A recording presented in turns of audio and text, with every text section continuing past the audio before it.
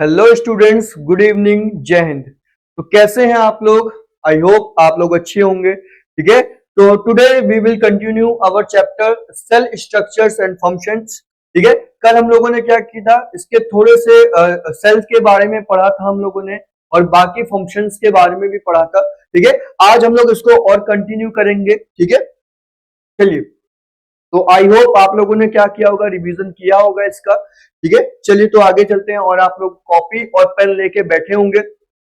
जैसे जैसे मैं आपको डायग्राम बना रहा हूं, वैसे वैसे आप लोग भी डायग्राम बना के देख रहे होंगे। ठीक है, क्योंकि इसमें जब तक आप लोग डायग्राम नहीं बनाएंगे कि सर ये हमारा सेल होता है, एक बार मैं क्विक रिवीजन दे देता हूं। ठीक है, एक बार मैं क्विक रिवीजन दे देता हूं कि ये क्या होता है। ये हमारा एक सेल होता है, इसके बीच में क्या होता है बच्चों, इसके बीच में न्यूक्लियस होता है। इसके बाहर क्या होता है इसके बाहर क्या होता है बच्चों, इसके बाहर हमारा क्या होता है, सेल मेम्ब्रेन और प्लाज्मा मेम्ब्रेन होता है। इसके एक और बाहर क्या होता है, इसके बाहर सेल वॉल होता है। सेल वॉल होता है। जो प्लाज्मा मेम्ब्रेन होता है वो क्या होता है, आपका सेमी परमिएबल होता है। यानी इसका मतलब क्या होता है, ये कुछ स्पेसिफिक चीजों को इंपोर्ट और एक्सपोर्ट या इन और एग्जिट करता है। इसके बाद न्यूक्लियस के बीच में क्या होता है, न्यूक्लियस के बीच में आपका क्या होता है, क्रोमोसोम्स होता है। ठीक है, और इसके साइड में एक फ्लूइड सब्सटेंस होता है, जिसको क्या बोलते हैं, जिसको हम लोग साइटोप्लाज्म बोलते हैं। ठीक है, इसके जो आपके आसपास सेल में आपका क्या होता है, फ्लूइड टाइप लिक्विड होता है, जिसको क्या बोलते हैं, जिसको हम लोग साइटोप्लाज्म बोलते हैं। और आपका साइटोप्लाज्म आपका और प्लस न्यूक्लियस, ये मिलके क्या बनाता है बच्चों, ये हमारा एक प्रोटोप्लाज्म बनाता है। ठीक है, और सेल में क्या होता है, हमारा एक ईआर होता है। इससे क्या जुड़ा होता है, हमारा एक राइबोसोम जुड़ा होता है। ठीक है, जो ईआर होता है वो टू टाइप्स के होते हैं हमारे, एक आर होता है और एक हमारा एसईआर होता है। आर क्या करता है, हमारा प्रोटीन बनाता है।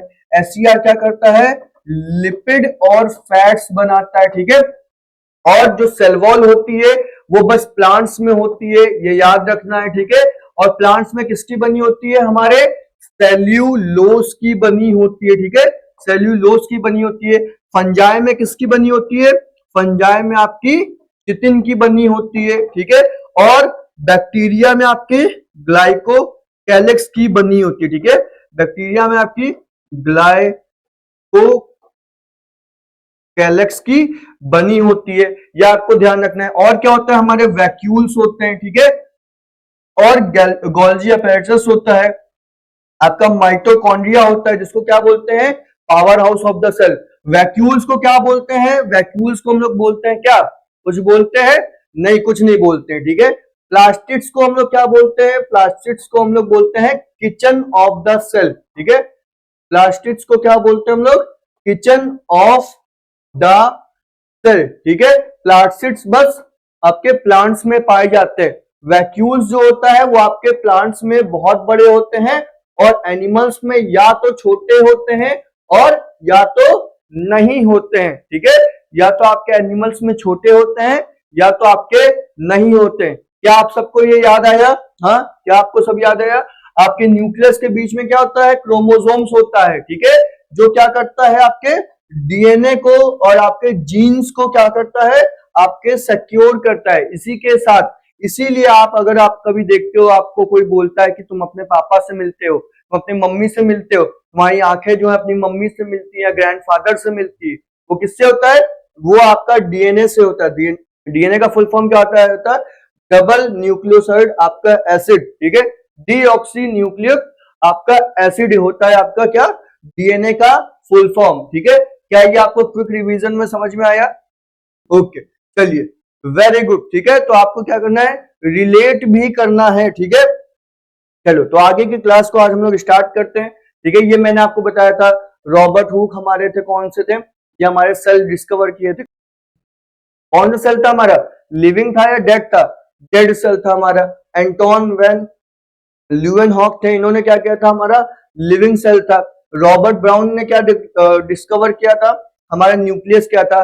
पुरकिंजे ने क्या किया था, हमारा प्रोटोप्लाज्म। ठीक है, प्रोटोप्लाज्म हमारा पुरकिंजे ने किया था। बाकी सेल थ्योरी मैंने आपको याद करवाया था एसएससी से, एसएससी से मैंने आपको याद करवाया था, कौन, सेल्जियन और शेचवान। ठीक है, शेल्डियन और सेचवान हमारे कौन थे, द सेल थ्योरी के फाउंडर थे, ठीक है। विर्चोस का मैंने आपको बताया था। उसके बाद स्ट्रक्चर मैंने आपको पढ़ा दिया था, प्लाज्मा मेम्ब्रेन, सेल मेम्ब्रेन पढ़ाया था मैंने।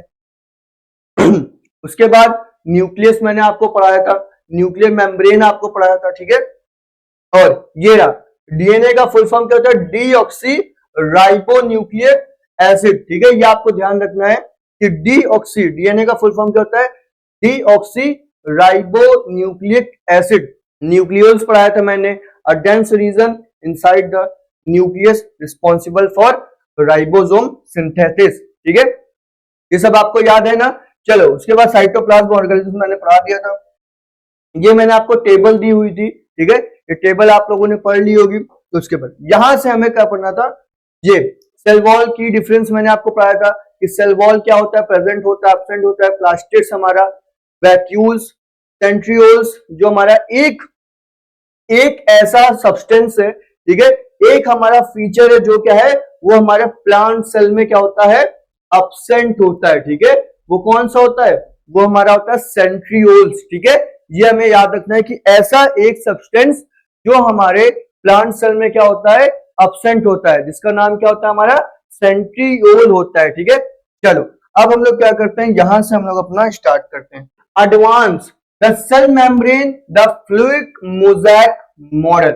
ये देखो यहां पे आपका क्या लिखा है, ये आपका कौन सा मॉडल है, fluid mosaic model of cell और प्लाज्मा मेम्ब्रेन का, ठीक है। इन 1972 क्या हुआ था, आपका एक ईयर था कौन सा, 1972। हमारे दो लोग थे कौन से, सिंगर एंड निकोलसन। अब ये सिंगर वाला नहीं, वो गाना गाने वाला सिंगर नहीं है, ठीक है। कौन थे, 1972 में सिंगर एंड कौन से थे, Nicolson propose the most accepted model of cell membrane, ठीक है।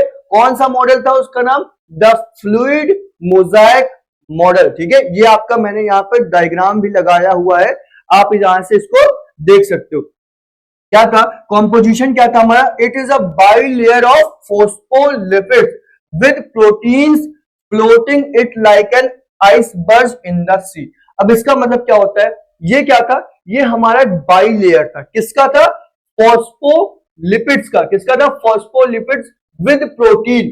फॉस्फोलिपिड हमारा कौन बनाता है, लिपिड्स और फैट्स, एचसीआर बनाते हैं ना, और प्रोटीन कौन बनाता है, हमारा आरईआर बनाता है, ठीक है।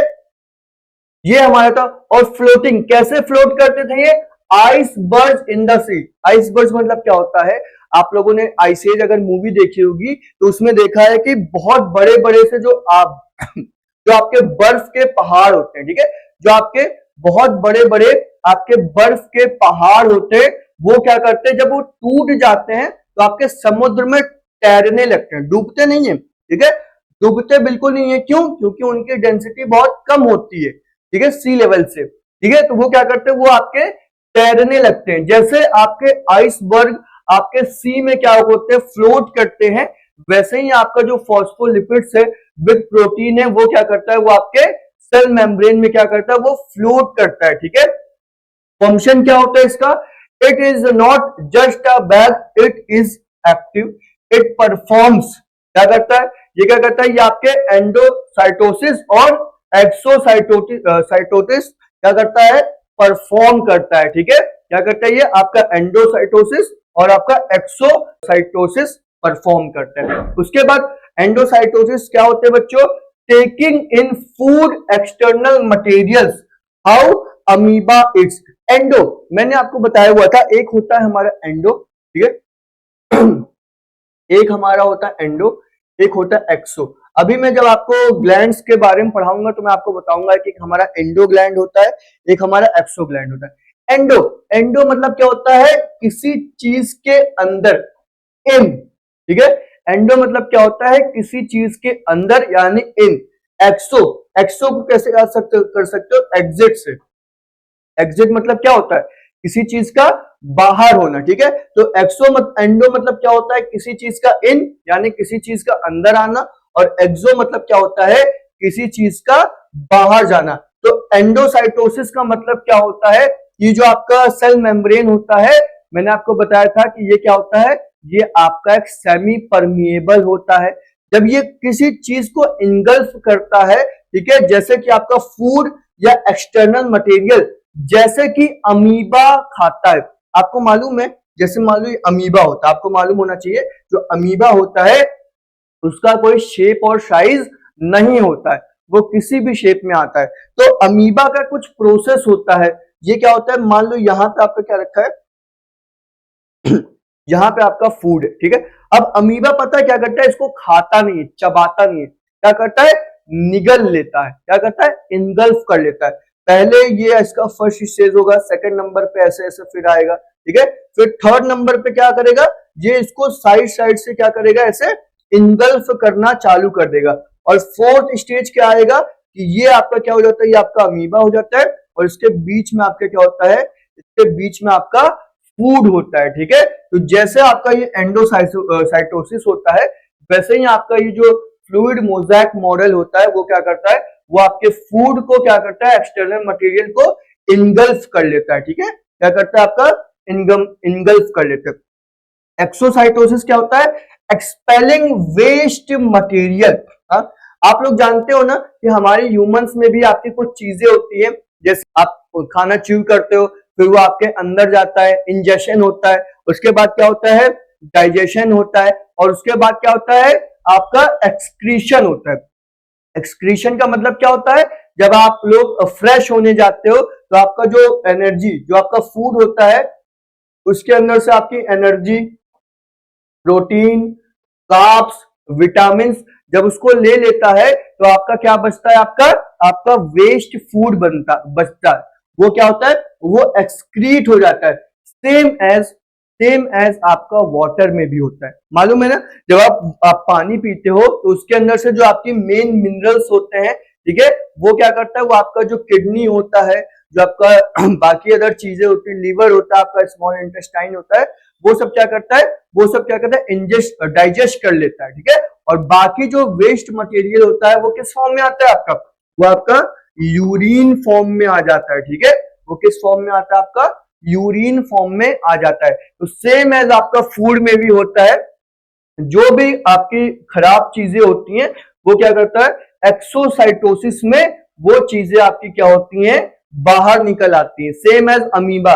अब इसमें क्या हुआ, अमीबा ने क्या किया, फूड को क्या कर दिया, इनगल्फ कर दिया। अब उसमें डाइजेशन हुआ, अब वो क्या करेगा, अब वो जो वेस्ट मटेरियल है आपका, वो उसको बाहर कर देगा, ठीक है। कौन, आपका अमीबा, ठीक है। तो यही आपका क्या मतलब होता है, एंडोसाइटोसिस का मतलब आपका ये होता है, और एक्सोसाइटोसिस का मतलब ये होता है, ठीक है। आप सब ये अच्छे से समझ गए होंगे कि हमारा क्या होता है, एक फ्लूइड मोज़ेक मॉडल होता है, जो किसने बताया था, 1972 में आपका सिंगर एंड निकोलसन ने आपका बताया था, ठीक है।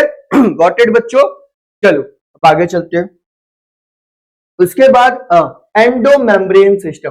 अभी मैंने आपको बताया कि एंडो मतलब क्या होता है, जो इनर चीजें होती हैं, ठीक है, इनर चीजें होती है। तो एंडो मेम्ब्रेन सिस्टम का मतलब क्या हो गया, जो आपकी इनर चीजें जो आपकी वर्क करती हैं, उसके बारे में हम लोग आज पढ़ेंगे। In biology many organelles work together as a single unit, this is called endomembrane system.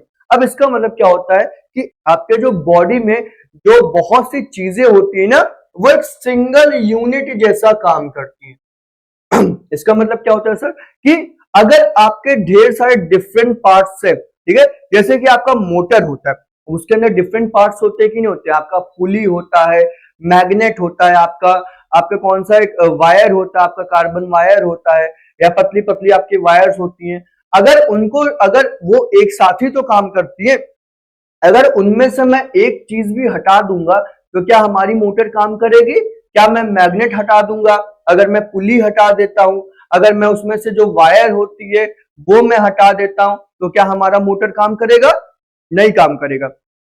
तो जब हम उन सारे कंपोनेंट्स को क्या करते हैं, when we collect all the components of motor, then the motor works, then we call it single unit, ठीक है। तो जब हम लोग सारे कंपोनेंट्स को मिक्स कर लेते हैं, ठीक है, और सबको एक साथ ले आते हैं और वो वर्क करने लगते हैं, तो उसको हम लोग क्या बोलते हैं, उसको हम लोग बोलते हैं सिंगल यूनिट, ठीक है। वैसे ही आपका एंडोमेम्ब्रेन सिस्टम में भी आपका सेम होता है कि इसमें आपकी कुछ चीजें होती हैं। कौन कौन से? It includes the ER. ER मतलब क्या बताया था मैंने आपको? एंडोप्लाज्मिक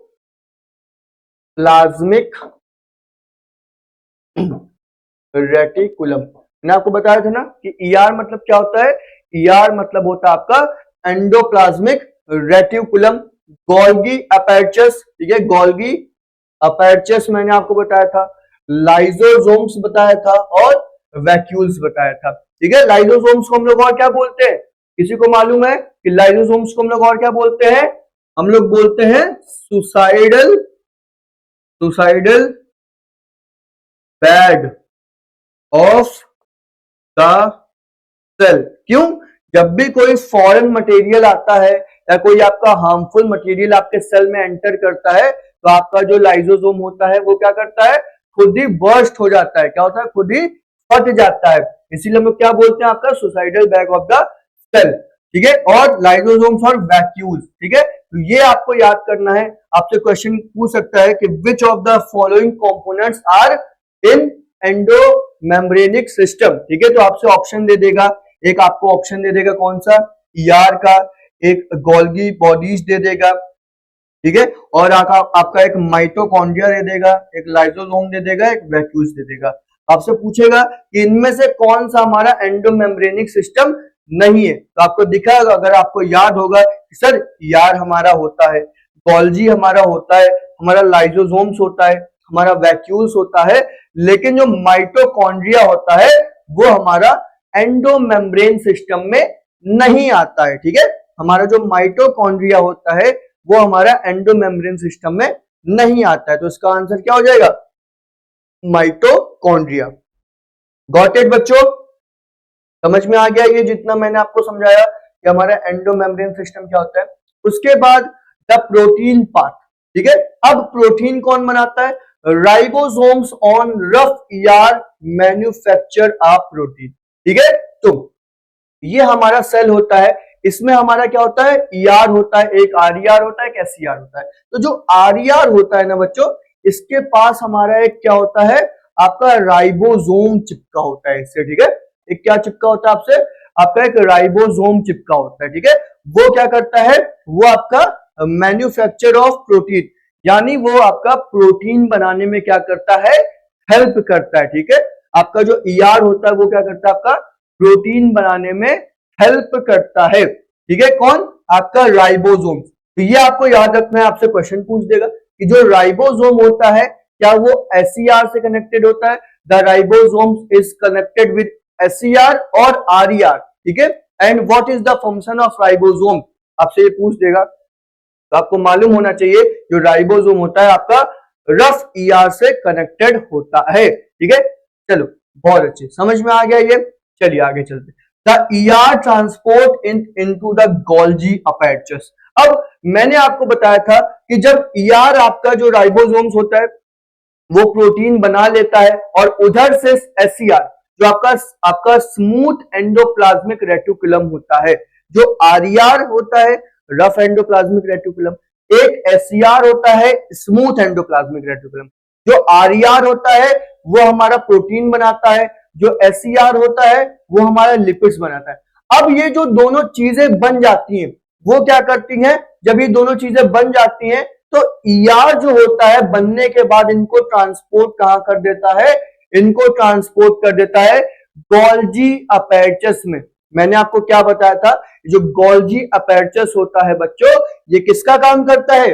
ये हमारे स्टोरेज का काम करता है। अब समझ में आया क्या स्टोर करता है? हमारा जो प्रोटीन हो गया, जो लिपिड्स हो गया, वो हमारा क्या करता है? स्टोरेज का काम करता है। और कैसा होता है ये? आपका ऐसे सिस्टम टाइप का होता है। ठीक है, ऐसा आपका ये सिस्टम टाइप का आपका ये गोल्जी अपर्चस होता है। चलो इसके बाद the Golgi packages it into a vesicle like cardboard box for shipping. अब गोल्जी जो होता है इनको एक पैकेज में जब स्टोर कर लेता है, ऐसे स्टोर कर लेता है, तो इनको क्या करता है? एक पैकेट में कन्वर्ट करता है। किसके लिए?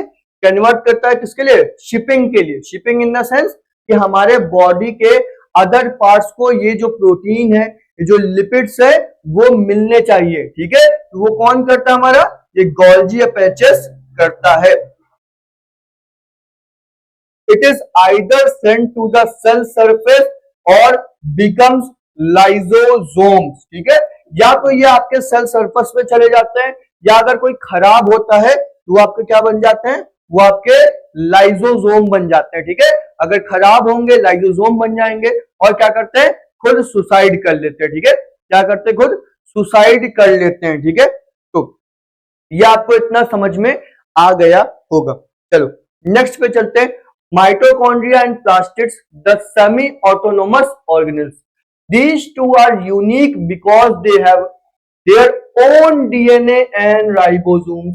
Most important, write down बच्चा लोग, ठीक है। जो माइटोकॉन्ड्रिया होता है और जो प्लास्टिड्स होता है, they have their own DNA and ribosomes, ठीक है।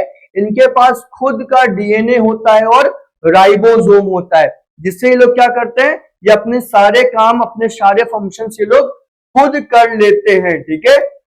तो ये आपका, इसे मैं स्टार मार्क कर दे रहा हूं, इसे आपको नोट करना है, ठीक है। These are two unique because they have their own DNA and own ribosomes. Which are two, आपसे पूछ देगा कि which are two organelles they have their own DNA and own ribosomes. आपसे एग्जांपल दे देगा, mitochondria and plastids, lysosomes and Golgi bodies, आपका और क्या, आपका न्यूक्लियस और साइटोप्लाज्म। तो आपका आंसर क्या हो जाएगा, mitochondria and plastids have both there DNA and ribosome, they both have their DNA and ribosomes. उसके बाद माइटोकॉन्ड्रिया कहते हैं, the inner membrane is folded into fingers like projection called cistrate to increase the surface area for ATP production। अब इसका मतलब क्या होता है, देखो माइटोकॉन्ड्रिया आपका ये होता है, इसमें दो मेम्ब्रेन्स होती है, ठीक है। इसमें दो मेम्ब्रेन्स होती है, एक आपकी इनर मेम्ब्रेन होती है, एक आपकी कौन सी होती है, आउटर मेम्ब्रेन होती है, ठीक है। आपको ये याद रखना है कि जो माइटोकॉन्ड्रिया होता है, इसमें आपकी दो मेम्ब्रेन्स होती है, एक आपकी इनर मेम्ब्रेन होती है और एक आपकी कौन सी होती है, एक आपकी आउटर मेम्ब्रेन होती है। अब इनका वर्क क्या होता है, देखो आपको ये याद रखना है, जो इनर मेम्ब्रेन होती है वो फोल्डेड होती है into finger like projection called cristae. ये आपको ध्यान रखना है, ठीक है। इंपॉर्टेंट मैं मार्क कर दे रहा हूं, ठीक है। ध्यान से इसे आपको देखना है, पढ़ना है, ठीक है। कि आपसे बोल देगा कि जो माइटोकॉन्ड्रिया में आपकी कौन सी ऐसी मेम्ब्रेन होती है जो फिंगर लाइक फोल्डेड होती है। आपसे ऑप्शन में देखेगा क्या आउटर होती है क्या इनर होती है, आप कंफ्यूज हो जाओगे। तो आपको दिख रहा है कि जो इनर वाली है, ठीक है, ये आउटर मेम्ब्रेन हो गई वायलेट कलर की, और जो पिंकिश कलर की है थोड़ी सी, ये क्या होती है, आपकी इनर मेम्ब्रेन होती है। और ये जो इनर मेम्ब्रेन है, ये फिंगर की तरह क्या होती है, ये फिंगर की तरह क्या होती है, फोल्डेड होती है, ठीक है। और इन्हीं फोल्डेड को क्या कहते हैं हम लोग, क्रिस्टे कहते हैं। क्या बोलते हैं इनको, क्रिस्टे कहते हैं। और इनका काम क्या होता है, ठीक है, इनका वर्क क्या होता है बच्चों, to increase the surface area for ATP production. मैंने आपको कल 3 रीजंस बताए थे कि जो माइटोकॉन्ड्रिया में आपका एटीपी प्रोडक्शन होता है वो कैसे 3 लेवल पे होता है।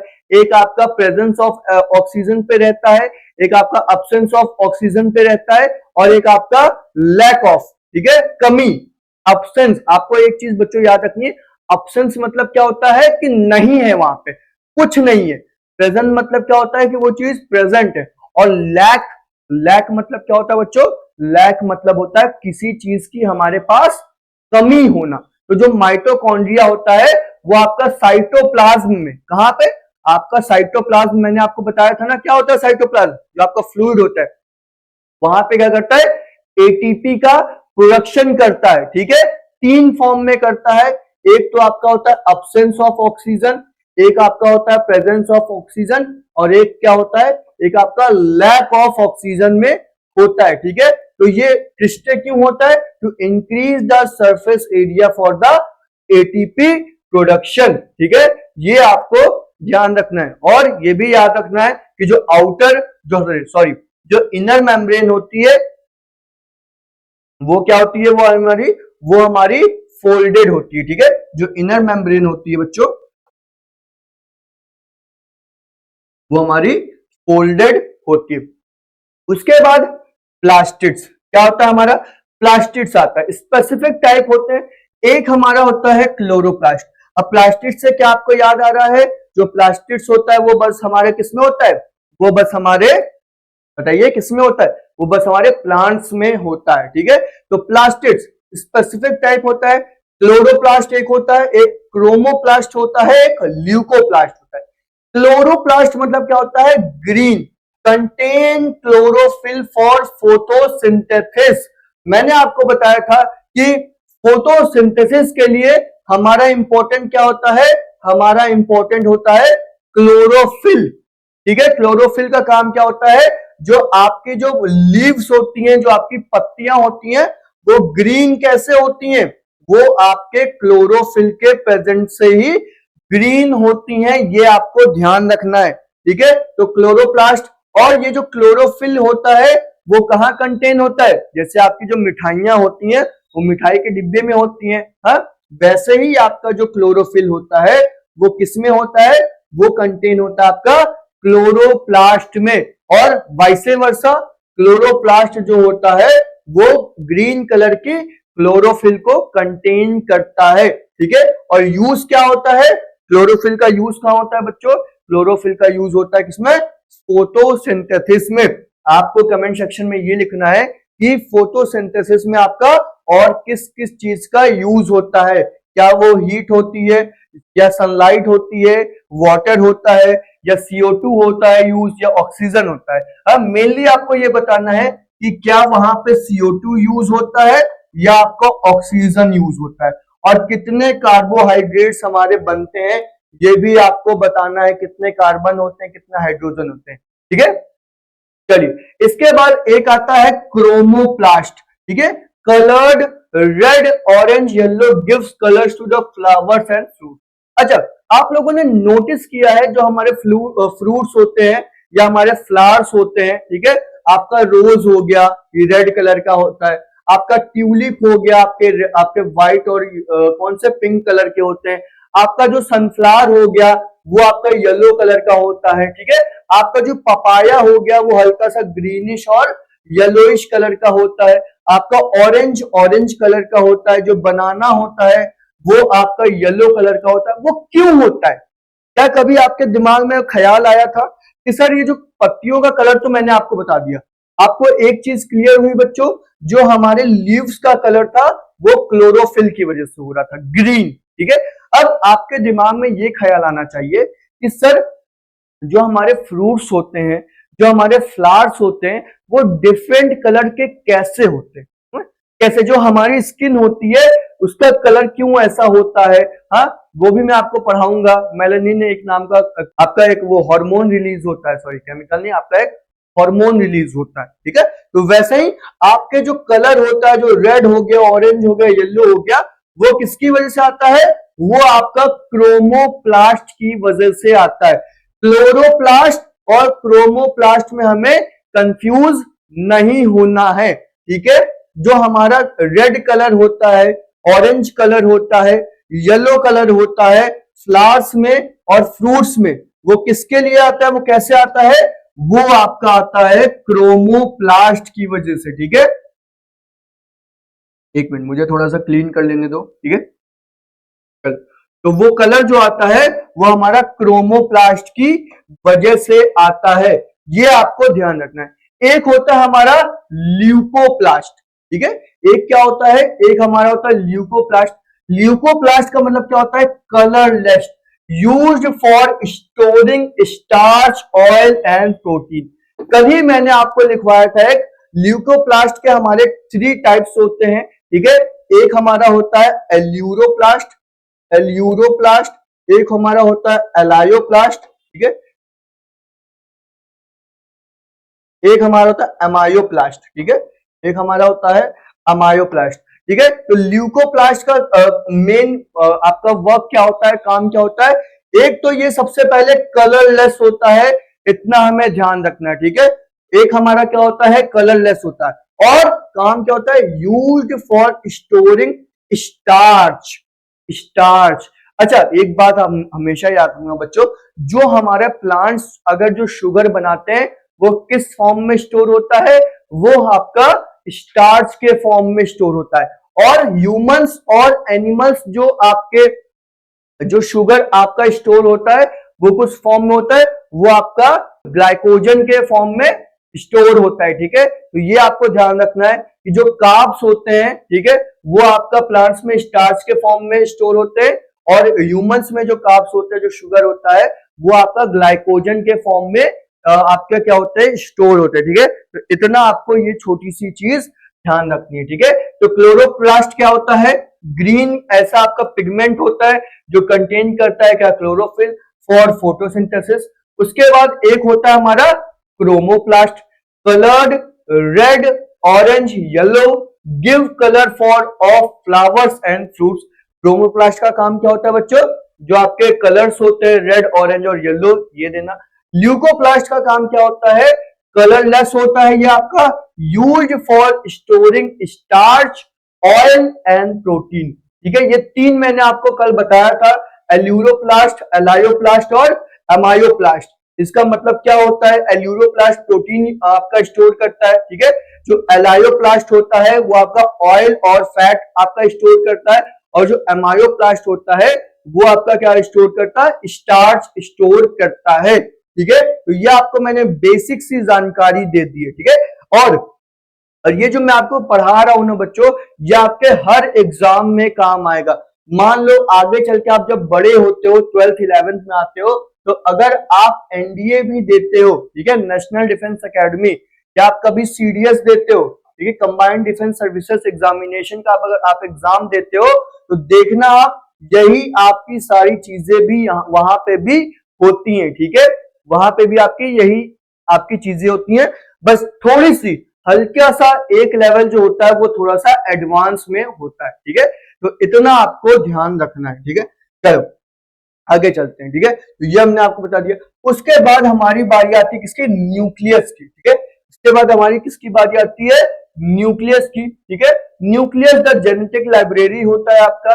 और क्या होता है, the nucleus does not sit there, it contains chromatin which looks like a tangled mass of thread, ठीक है। जो न्यूक्लियस होता है वो आपका एक तो क्रोमोसोम्स कंटेन करता है, और उसी क्रोमोसोम्स में आपका क्या होता है, एक ऐसा आपका, आपने धागा देखा है, धागा, रस्सी, थ्रेड, ठीक है।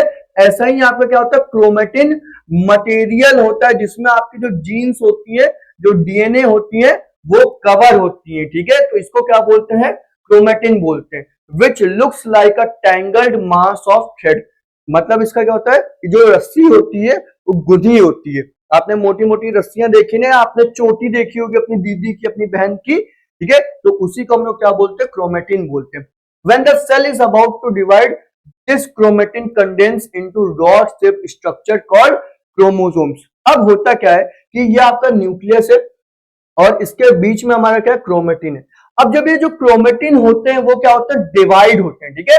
When the cell is about to divide, जब आपके जो सेल होते हैं ये डिवाइड होने वाले होते हैं, तो जो क्रोमेटिन होते हैं ना, ये खुल जाते हैं। क्या करते हैं, ये खुल जाते हैं, और ये क्या होते हैं, rod shape structure called chromosome. ये क्या बन जाते हैं, ये हमारे क्रोमोसोम्स बन जाते हैं। कैसे, रॉड शेप में बनते हैं, ठीक है। एक हमारे ये रॉड शेप में खुल जाते हैं, ठीक है। फंक्शनल सेगमेंट क्या होता है, डीएनए आर कॉल्ड जीन्स, ठीक है। जो आपके डीएनए होती है, उनके जो आपने देखा है ना कि डीएनए हमारा ऐसे होता है, ठीक है। मैं ऐसे बना दे रहा हूं, ठीक है। ऐसे आपका ये क्या होता है, ये आपका ऐसे डीएनए होता है। अब इसमें ना डिफरेंट टाइप्स के कलर्स से बना होता है, ठीक है। आपका जो डीएनए होता है ये आपका डिफरेंट टाइप्स के कलर से, कुछ यहाँ पे ऐसे होता है, और एक आपका वायलेट कलर होता है, ठीक है। तो ऐसे ऐसे आपका, फिर यहाँ पे ब्लू, ऐसे रेड, ये डीएनए आपका डिफरेंट टाइप्स के आपसे कलर से बना होता है, और उसको क्या बोलते हैं, उन्हीं को हम लोग जीन्स बोलते हैं, ठीक है। उन्हीं को क्या बोलते हैं बच्चों, उन्हीं को हम लोग जीन्स बोलते हैं। These are actually units of hereditary। Hereditary का मतलब क्या होता है, आपके पापा से, आपके ग्रैंडफादर से आपके पापा में आया, आपके पापा से आप में आएगी वो चीज, और आप में से वो चीज आपके बच्चों में जाएगी, ठीक है। तो इसी को हम लोग क्या बोलते हैं, दिस इज कॉल्ड हेरिडेटरी, ठीक है। हेरिडेटरी हम लोग इसी को बोलते हैं। तो आपको समझ में आ गया होगा कि न्यूक्लियस के बीच में क्या होता है, हमारा क्रोमेटिन होता है, और जब सेल क्या होता है, डिवाइड होता है, तो जो हमारा क्रोमेटिन होता है वो कंडेंस आपका क्या हो जाता है, वो कंडेंस हो जाता है और एक रॉड शेप स्ट्रक्चर में डेवलप हो जाता है, जिसको क्या बोलते हैं हम लोग, क्रोमोसोम्स बोलते हैं। क्या आपको इतनी चीजें समझ में आई?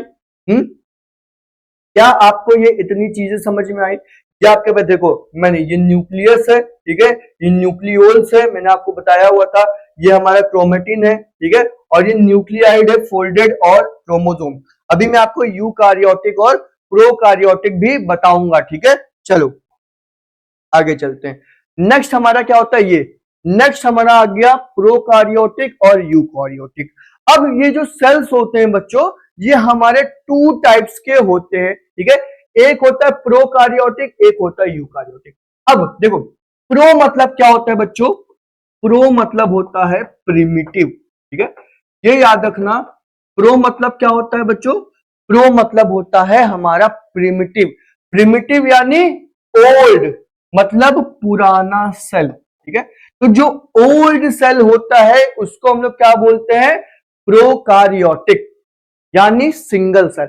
और यूकार्योटिक मतलब क्या होता है, जो हमारे होते हैं न्यूएस्ट सेल, जिनके पास दो और दो से ज्यादा सेल होते हैं, ठीक है, दो होते हैं या दो से ज्यादा सेल होते हैं, ठीक है, उनको हम लोग क्या बोलते हैं, उनको हम लोग बोलते हैं यूकार्योटिक, ठीक है, समझ में आ गया होगा। अब फीचर कौन कौन से होते हैं, प्रोकार्योटिक सेल कौन से होते हैं, हमारे बैक्टीरिया होते हैं, हाँ, हमारे अमीबा होता है, हमारा फंजाई होता है, ठीक है, ये सब क्या होते हैं, ये सब हमारे प्रोकार्योटिक सेल होते हैं। यूकार्योटिक सेल्स हमारे कौन से होते हैं, जो ह्यूमंस हो गए, जो प्लांट्स हो गए, वो क्या होते हैं, वो हमारे यूकार्योटिक सेल होते हैं, ठीक है। उसके बाद साइज, साइज क्या होता है, जनरली स्मॉल होते हैं, ठीक है, 1 से 10 म्यू के बीच में आते हैं, ठीक है। ये जो म्यू है वो क्या होता है, ये आपकी स्मॉलेस्ट यूनिट शो करने का क्या होता है, एक आपका वो होता है, साइन होता है, ठीक है, सिंबल होता है, कौन, म्यू, इसको क्या बोलते हैं, इनको म्यू बोलते हैं। जनरली क्या होते हैं, स्मॉल होते हैं, 1 से 10 के बीच में म्यू आते हैं, ठीक है। उसके बाद जनरली लार्ज होते हैं, ठीक है, कौन, यूकार्योटिक, 5 से 100 म्यू के बीच में आते हैं, कौन से, यूकार्योटिक, ठीक है, यूकार्योटिक, ठीक है। अच्छा, अगर मैं बात करूं सबसे स्मॉलेस्ट सेल हमारा कौन सा, अभी मैं आपको लिखवाता हूं, ठीक है, यहां पे मैं आपको लिखवा देता हूं कि जो हमारा सबसे स्मॉलेस्ट सेल था, ठीक है, लिख लो, काम आएगा। स्मॉलेस्ट सेल किसका है, हमारे माइकोप्लाज्मा का, ठीक है, mycoplasma, and mycoplasma don't have, ठीक है, mycoplasma don't have cell wall, ठीक है, ये याद रखना है कि माइकोप्लाज्मा के पास हमारे सेल वॉल नहीं होती है। बिगेस्ट सेल किसका होता है, हमारा बिगेस्ट सेल किसका होता है, बिगेस्ट सेल होता है हमारा ऑस्ट्रिच एग, ठीक है, ऑस्ट्रिच एग का क्या होता है, हमारे बिगेस्ट सेल होता है। उसके बाद लॉन्गेस्ट सेल किसका होता है, लॉन्गेस्ट सेल हमारा किसका होता है, लॉन्गेस्ट सेल हमारे न्यूरॉन्स का होता है, ठीक है, लॉन्गेस्ट सेल किसका होता है, हमारे न्यूरॉन्स का होता है। तो स्मॉलेस्ट सेल कौन सा होता है, हमारा माइकोप्लाज्मा होता है, जो they don't have cell wall. Biggest cell किसका होता है, ऑस्ट्रिच के एग का होता है। और लार्जेस्ट सेल किसका होता है, हमारे न्यूरॉन्स का होता है, ठीक है, जो लार्जेस्ट सेल होता है आपका वो न्यूरॉन्स का होता है, ठीक है। चलो आगे चलते हैं। अच्छा, ये आपकी चीजें होती है। न्यूक्लियस, ठीक है, न्यूक्लियस के बारे में जानते हैं। प्रोकार्योटिक में अंडरफाइंड होता है, अनडिफाइंड होता है, और नो न्यूक्लियर मेम्ब्रेन होता है। इसका मतलब क्या होता है, देखो, प्रोकार्योटिक में न्यूक्लियस नहीं पाया जाता है, ठीक है, जो न्यूक्लियस होता है, मैंने आपको बताया था, जो हमारा हम लोग अभी इसके पहले हम लोग न्यूक्लियस के बारे में भी पढ़ा था, जो प्रोकार्योटिक में होता है उसमें न्यूक्लियस फाइंड आउट नहीं होता है, उसमें क्या होता है, उसमें हमारा न्यूक्लियोइड होता है, ठीक है। क्या होता है आपका, न्यूक्लियोइड होता है, ठीक है, न्यूक्लियोइड होता है। नो न्यूक्लियर मेम्ब्रेन, कोई भी न्यूक्लियर मेम्ब्रेन नहीं होती है। अब यूकैरियोटिक क्या होता है, well defined with nuclear membrane, ठीक है। तो ये याद रखना है हमें, जो प्रोकैरियोटिक सेल होता है उसमें न्यूक्लियस नहीं होता है और लेकिन न्यूक्लियोइड होता है, और नो न्यूक्लियर मेम्ब्रेन, कोई भी न्यूक्लियर मेम्ब्रेन नहीं होता है। और यूकैरियोटिक में वेल डिफाइंड होता है आपका न्यूक्लियर मेम्ब्रेन और न्यूक्लियस भी इसमें प्रेजेंट होता है। उसके बाद क्रोमोसोम्स सिंगल होते हैं और सर्कुलर होते हैं, मोर देन वन होते हैं और लीनियर होते हैं, ठीक है। और ऑर्गेनेल्स कौन कौन से होते हैं, मेम्ब्रेन बाउंड होते हैं और ऑर्गेनेल्स हमारे एब्सेंट होते हैं, ठीक है। मेम्ब्रेन बाउंड होते हैं इसमें भी, और इसमें जो ऑर्गेनेल्स होता है वो प्रेजेंट होता है। ऑर्गेनेल्स मैंने आपको पढ़ाया है, कौन कौन से होते हैं, फटाफट बताओ। गोल्जी अपेरेचस, माइटोकॉन्ड्रिया, आपका कौन सा, लाइसोसोम्स, वैक्यूल्स, प्लास्टिड्स, इसी को हम लोग क्या बोलते हैं, इसी को हम लोग ऑर्गेनेल्स बोलते हैं, ठीक है। ऑर्गेनेल्स इसी को बोलते हैं। राइबोसोम्स आपका क्या होता है, प्रेजेंट होता है किसमें, 70s में होता है और स्मॉलर होता है। इसमें क्या होता है, इसमें जो लार्जर होता है, जो राइबोसोम होता है लार्जर होता है और 80s में होता है, ठीक है। 80s में आपका होता है। तो एक बार ये सारा आपका टेबल देख लीजिए, ठीक है, ये आपका पूरा टेबल हो जाता है, ठीक है, ठीक है। चलो ये क्या है, ये आपका डिफरेंस हो जाता है किसमें, प्रोकैरियोटिक और यूकैरियोटिक में, ठीक है। ये आपकी पूरी फोटो मैंने आपको लगाई हुई, देखो ये आपका कौन सा है, प्रोकैरियोटिक होता है। ये आपको दिखना है ग्राम निगेटिव बैक्टीरिया होता है, ठीक है। जो प्रोकैरियोटिक सेल होता है ये आपका ग्राम निगेटिव बैक्टीरिया होता है, ठीक है। इसमें क्या पाया जाता है, आपका पाइलस पाया जाता है, ठीक है। लिपोपॉलीसेचेराइड पाया जाता है, पेप्टिडोग्लाइकन पाया जाता है और न्यूक्लियोइड पाया जाता है। मोस्ट इंपॉर्टेंट होता है मीजोजोम होता है। अब सर ये मीजोजोम क्या होता है बच्चों, देखो जैसा हम लोगों ने माइटोकॉन्ड्रिया पढ़ा था ना सेल में हमारे, वैसा ही आपका मीजोजोम होता है, ठीक है। माइटोकॉन्ड्रिया क्या होता है, power house of the cell होता है, वैसे ही सेम मीजोजोम भी होता है। ये क्या जनरेट करता है, ये प्रोकैरियोटिक में आपका पावर को जनरेट करता है, ठीक है। जो सेम काम आपका माइटोकॉन्ड्रिया करता है उसमें, ठीक है, वही सेम आपका काम कौन करता है, मीजोजोम करता है। तो आप यहां पर लिख सकते हो कि हमारा जो मीजोजोम होता है, ठीक है, जो मीजोजोम होता है इज इक्वल टू माइटोकॉन्ड्रिया, ठीक है। यहाँ पे मैंने आपको लिख दिया, आप अपने शॉर्ट फॉर्म में ऐसे लिख सकते हो, माइटोकॉन्ड्रिया, ठीक है। माइटोकॉन्ड्रिया से आपका बिल्कुल ये सेम होता है।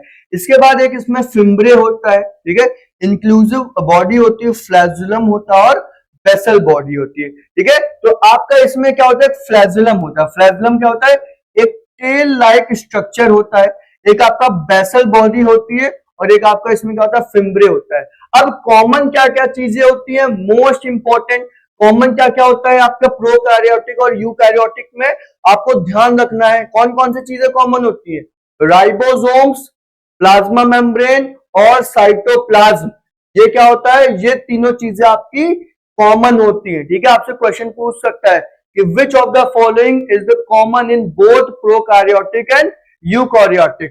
तो आपके कौन कौन से कॉमन होते हैं आपके, एक हमारा होता है राइबोसोम, ठीक है, सेकंड पे हमारा होता है प्लाज्मा मेम्ब्रेन और सेल मेम्ब्रेन, और थर्ड पे आपका क्या होता है, साइटोप्लाज्म, ठीक है। ये सब क्या होते हैं, ये हमारे कॉमन होते हैं, ठीक है। इसके बाद ये आपका हो गया, इसमें क्या होता है, विलिस होता है। विलिस का मतलब क्या होता है, विलिस का मतलब क्या होता है, ऐसी आपकी क्या होती है, राउंड एंड राउंड चीजें होती हैं, ठीक है।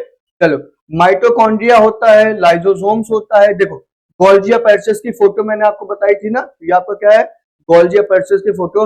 ये आरईआर होता है, इसमें हमारा न्यूक्लियर मेम्ब्रेन होता है, प्रोकैरियोटिक में न्यूक्लियर मेम्ब्रेन नहीं होता है। एससीआर होता है, न्यूक्लियस होता है, न्यूक्लियोल्स होता है, ठीक है, वैक्यूल्स होता है और पेरोसाइमोसोम्स होता है, ठीक है।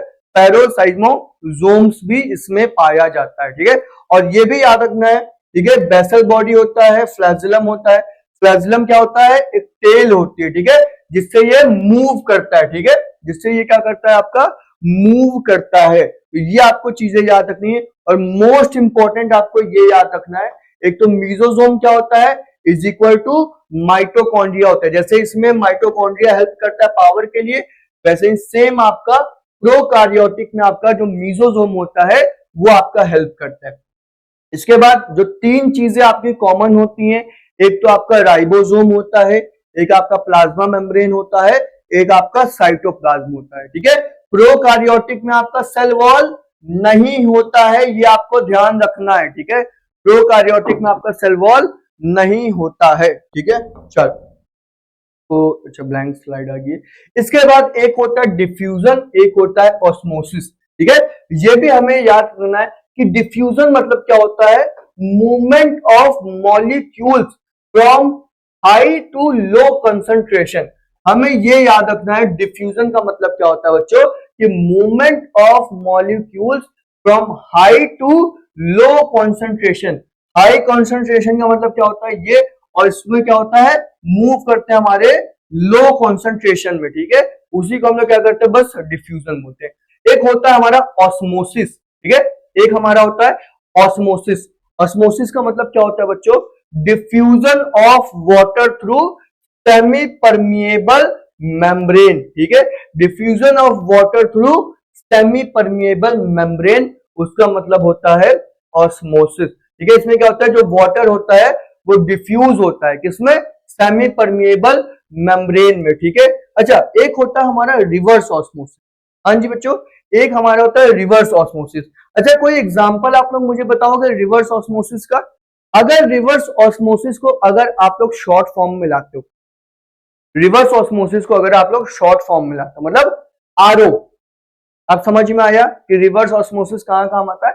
आरओ, आरओ आप लोगों ने मतलब आपका आरओ देखा आप लोगों ने, जो वाटर को क्लीन करता है, वाटर को क्लीन करके आपका एक्वागार्ड हो गया या आपके और भी बहुत आते हैं, तो वो किस प्रिंसिपल पे वर्क करते हैं, वो आपके रिवर्स ऑस्मोसिस पे वर्क करते हैं। इसीलिए हम लोग उनको क्या बोलते हैं कि मम्मी आरओ लगवाना है, हमें साफ पानी चाहिए। ठीक है, आप लोग बोलते हो ना कि हमें आरओ लगवाना है, हमें साफ पानी चाहिए। ठीक है, तो वो किस पे वर्क करता है आपका, वो आपका रिवर्स ऑस्मोसिस पे वर्क करता है। ठीक है, तो आगे से अगर कोई आपसे पूछे कि जो आरओ होता है वो किस प्रिंसिपल पे आपका वर्क करता है, तो आपको तुरंत बोलना है कि वो रिवर्स ऑस्मोसिस पे वर्क करता है। ठीक है, अब ऑस्मोसिस के आपके बच्चों थ्री टाइप्स भी होते हैं। एक आपका होता है हाइपरटोनिक। ठीक है, एक आपका क्या होता है, एक आपका होता है हाइपरटोनिक, एक आपका होता है आइसोटोनिक और एक आपका होता है हाइपोटोनिक। ठीक है, एक आपका हाइपरटोनिक होता है,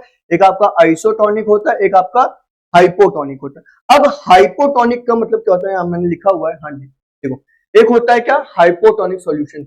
इसका मतलब क्या होता है, जो सेल्स होते हैं स्वेल कर जाते हैं और वाटर क्या होता है इसके अंदर एंटर हो जाता है। इसका मतलब क्या होता है अगर मैं आपको सबसे अच्छा एग्जांपल दूं, इसमें क्या होता है कि आपका हायर कंसंट्रेशन से जो वाटर होता है वो लोअर कंसंट्रेशन में चला जाता है। ठीक है, और आपका डिफ्यूजन में क्या होता था, इसमें भी आपका होता था हायर कंसंट्रेशन से लोअर कंसंट्रेशन में जाता था। ऑस्मोसिस में भी आपका यही होता है, लेकिन क्या होता है इसमें आपका सेल्स जो होती है फूल जाती है।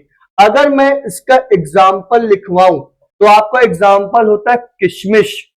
सबसे बेस्ट एग्जाम्पल आपका क्या होता है, आपका किशमिश होता है। अगर आप किशमिश को अगर पानी में भिगा देते हो, ठीक है, तो पानी का जो कंसंट्रेशन होता है वो हाई होता है। ठीक है, आपको ये याद रखना है, जो पानी का जो बच्चों कंसंट्रेशन होता है वो हाई होता है और जो किशमिश का जो कंसंट्रेशन होता है वो बहुत लो होता है। तो जब आपका ऑस्मोसिस होता है, जो आपका पानी का जो हाई कंसंट्रेशन होता है वो किशमिश में चला जाता है और जो किशमिश आपकी सूखी सूखी सी होती है वो क्या हो जाती है, वो फूल जाती है। क्या होती है वो फूल जाती है। उसी को हम लोग क्या कहते हैं, हाइपोटोनिक।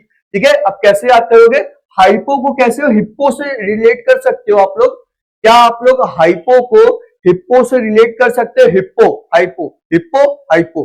ठीक है, तो ऐसे याद कर लेना कि हाइपोटोनिक सोल्यूशन क्या होता है, जिसमें आपका जो सेल होता है वो स्वेल्स यानी फूल जाता है। कैसे, उसके अंदर वाटर एंटर कर लेता है। ठीक है, उसमें क्या होता है, उसके अंदर आपका वाटर एंटर कर लेता है। एक होता है हाइपरटोनिक सोल्यूशन, इसका मतलब क्या होता है, सेल श्रिंक्स हो जाती है, वाटर निकल जाता है। क्या होता है हाइपरटोनिक का मतलब क्या होता है बच्चों, जो सेल्स होती हैं वो श्रिंक हो जाती हैं, बहुत पतली हो जाती हैं, सूख जाती हैं। जैसे एग्जांपल आपका अंगूर, कोई भी फ्रूट्स ले लो, कोई भी आपका क्या कहते हैं वेजिटेबल ले लो। एक बात बताओ, कोई भी वेजिटेबल, मान लो फ्रूट्स हम लोग जाते हैं किस पे, वाटरमेलन पे, ग्रेप्स पे, हाँ मेलन पे, ठीक है। तो क्या अगर हम लोग उसको धूप में रखेंगे बच्चों, तो एक बात बताओ, उसके अंदर का जो आपका जो पल्प है, जो वाटर है, वो तो सूख जाएगा, बचेगा क्या, आपके पास पल्प बचेगा ना। पल्प मतलब क्या होता है, पल्प मतलब आपका होता है गूदा, ठीक है। आपको मालूम होना चाहिए जितने भी हमारे फ्रूट्स होते हैं, ठीक है, जो आपके जायद फ्रूट्स होते हैं, जायद फ्रूट्स कौन से होते हैं, जो आपके गर्मी के, और जब आपकी जो रबी क्रॉप्स होती है और आपकी जो खरीफ क्रॉप होती है, इनके बीच में एक सीजन आता है, ठीक है, जायद सीजन उन्हें बोलते हैं। उन्हीं में आपके जो वाटरमेलन हो गया, खरबूजा हो गया, तरबूजा हो गया, खीरा हो गया, ककड़ी हो गई, ठीक है, इसी ये जो रबी क्रॉप्स होते हैं, खरीफ क्रॉप्स होते हैं, इन्हीं के बीच में आपका जो जून और जुलाई का जो महीना होता है, इन्हीं के बीच में आपका ये जो खरबूजा तरबूजा होता है वो उगाया जाता है, ठीक है। उसी को हम लोग क्या बोलते हैं, जायद क्रॉप्स बोलते हैं, ठीक है, ZAID।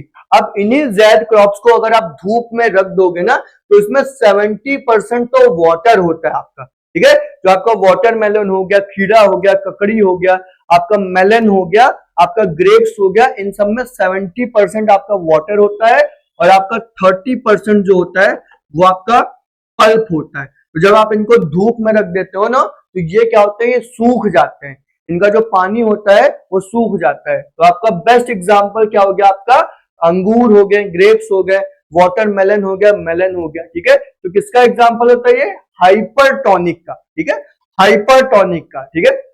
ऐसे याद कर सकते हो, अगर कोई इंसान हाइपर होता है तो गुस्से में सूख जाता है, लाल हो जाता है, ठीक है। तो आप इसको ऐसे याद कर सकते हो। एक होता है isotonic, cell stays the same size. अब इसका मतलब क्या होता है, इसका मतलब आपका ये होता है, जो सेल होती हैं वो ना ही सूखती हैं, ना ही वो आपका फूल जाती हैं, ठीक है। आइसो, आइसो मतलब क्या होता है, आप लोग को हमेशा याद रखना चाहिए कि आइसो मतलब क्या होता है, कोई भी चीज इक्वल अमाउंट में हो। जैसे कि अगर मैं बोलूं कि आपका आइसोबार, आइसोथर्म, आइसोथर्म मतलब क्या होता है, जहां पे जो आपका टेम्परेचर है ना ही ऊपर जा रहा हो ना ही नीचे जा रहा हो, ठीक है, उसको क्या बोलते हैं, उसको आइसोथर्म बोलते हैं। एक आपका आइसोहाइट्स होता है, ठीक है, इक्वल हाइट।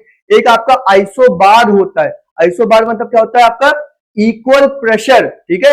एक आपका आइसोशाइन होता है, इसका मतलब क्या होता है, इक्वल सनशाइन, जहां पे एक आपके जो इक्वेटर होता है वहां पे इक्वल अमाउंट ऑफ सनशाइन आती है, ना ही ज्यादा ना ही कम, ठीक है। तो आइसो मतलब क्या होता है आपका बच्चों, आइसो मतलब होता है आपका इक्वल, ये याद रखना, ठीक है, मैं यहां पर लिख भी दे रहा हूं, ठीक है।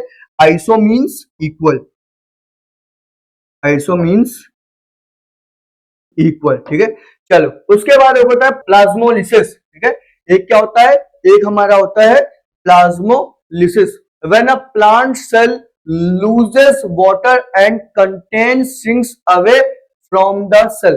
प्लाज्मोलिसिस का मतलब क्या होता है कि ऐसा एक चीज, देखो यहाँ पे लिखा है ना प्लाज्मोलाइसिस, कि ऐसी आपकी प्लांट सेल होती है जो आपकी वाटर को खोती रहती है और लूज हो जाती है, श्रिंक हो जाती है away from the cell wall, ठीक है। वो सूख के क्या होती है, आपके सेल वॉल से अलग हो जाती है, ठीक है। वो क्या होती है, आपकी सेल वॉल से अलग हो जाती है, उसको हम लोग क्या बोलते हैं, उसको हम लोग बोलते हैं प्लाज्मोलाइसिस, ठीक है। तो हम लोगों ने आज क्या क्या पढ़ा, हम लोगों ने पढ़ा हाइपोटोनिक, जिसमें सेल्स जो होती हैं बढ़ जाती हैं, हाइपो हिप्पो, हाइपो हिप्पो।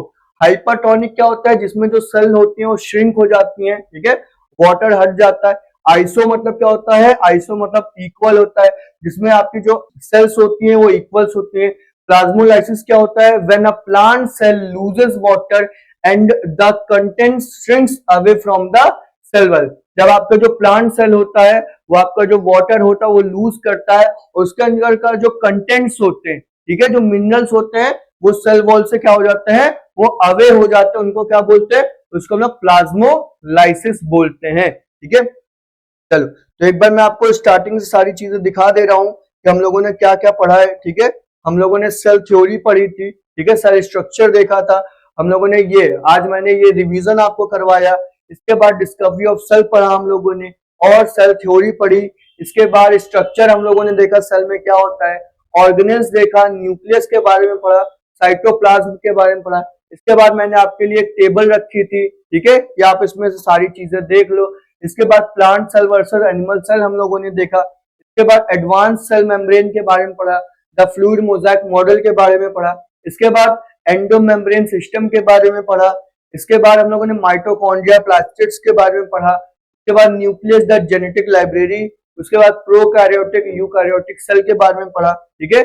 और इसके बाद ये मैंने आपको अलग से लिखवाया था, smallest cell mycoplasma, biggest cell ostrich egg, longest cell आपका न्यूरॉन्स लिखवाया था। इसके बाद हमने क्या पढ़ा, प्रोकैरियोटिक यूकैरियोटिक का डायग्राम के डिफरेंस के बारे में पढ़ा। और ये ब्लैंक पेज था, इसको हटा देना है, ठीक है। डिफ्यूजन और ऑस्मोसिस पढ़ा, और लास्ट में हम लोगों ने हाइपोटोनिक, हाइपरटोनिक और आइसोटोनिक और प्लाज्मोलाइसिस पढ़ा, ठीक है। चलो बच्चों, आज की क्लास को यहीं करते हैं एंड, ठीक है, और यहीं से ये आपका चैप्टर भी एंड हो गया है, ठीक है। और अच्छे से आपको रिवीजन करना है, जो मैंने इंपॉर्टेंट पॉइंट्स लिखवाए हैं उसको आपको बार बार रिवाइज करना है, ठीक है बच्चों। चलते हैं, जय हिंद।